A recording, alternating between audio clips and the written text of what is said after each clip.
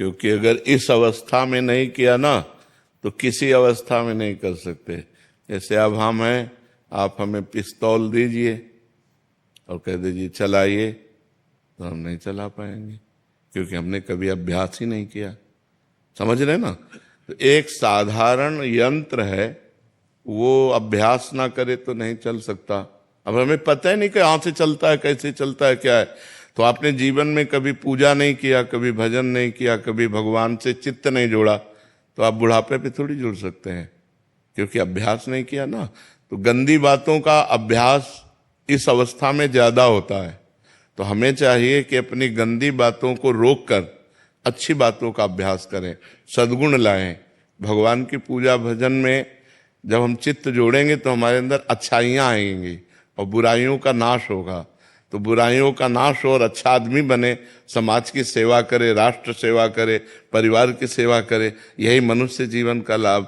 देखो, आप जैसे नए बच्चे जब गंदी बातों में फंस जाते हैं तो ड्रग्स लेने लगते हैं, नशा करने लगते हैं। तो जवानी में यदि सद्गुण ना हो तो दुर्गुणों की बाढ़ आ जाती है और लोग गंदे आचरणों में उतर जाते हैं। जवान बच्चे माताओं बहनों की जंजीरें छीन लेते हैं।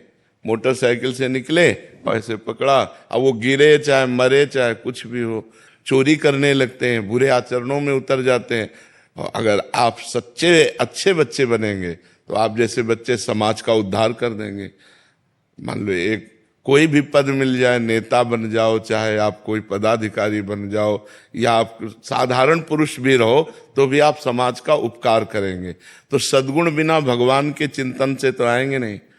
देखो, आप जब पूजा करोगे, भजन करोगे, तो आपको कोई शराब दे, कहोगे यार नहीं, मैं पूजा भजन करने वाला हूं, मैं ये सब लेने वाला नहीं हूं।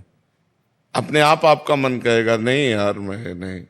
और अगर आप पूजा भजन नहीं करते तो आपके अंदर उद्दंडता रहेगी, फिर पार्टी ज्वाइन होगा, शराब, मांस, व्यभिचार, ये गंदी बातें रहेंगी। तो हमें लगता है बाल्यावस्था से अच्छे गुणों की तरफ चलना चाहिए, बुराइयों का त्याग करना चाहिए। पूजा भजन का मतलब बाबा जी बन जाना नहीं है। पूजा भजन का मतलब है अच्छे सद्गुण धारण करना, अच्छे सद्गुण धारण। आप ऐसे ही रहो, लेकिन साधुओं के वचन सुनो, सत्संग सुनो, अंदर ही अंदर नाम जप करो, माता पिता के चरण छुओ, उनकी सेवा करो, परोपकार करो, एक अच्छे आदमी बन गए। आप बन गए कि नहीं? हाँ, हम ये कहते हैं, मान लो जैसे समाज में तुम्हें चंदन तिलक लगाने में, कंठी बांधने में लगे कि लोग कहेंगे दिखावा करता है, मत करो।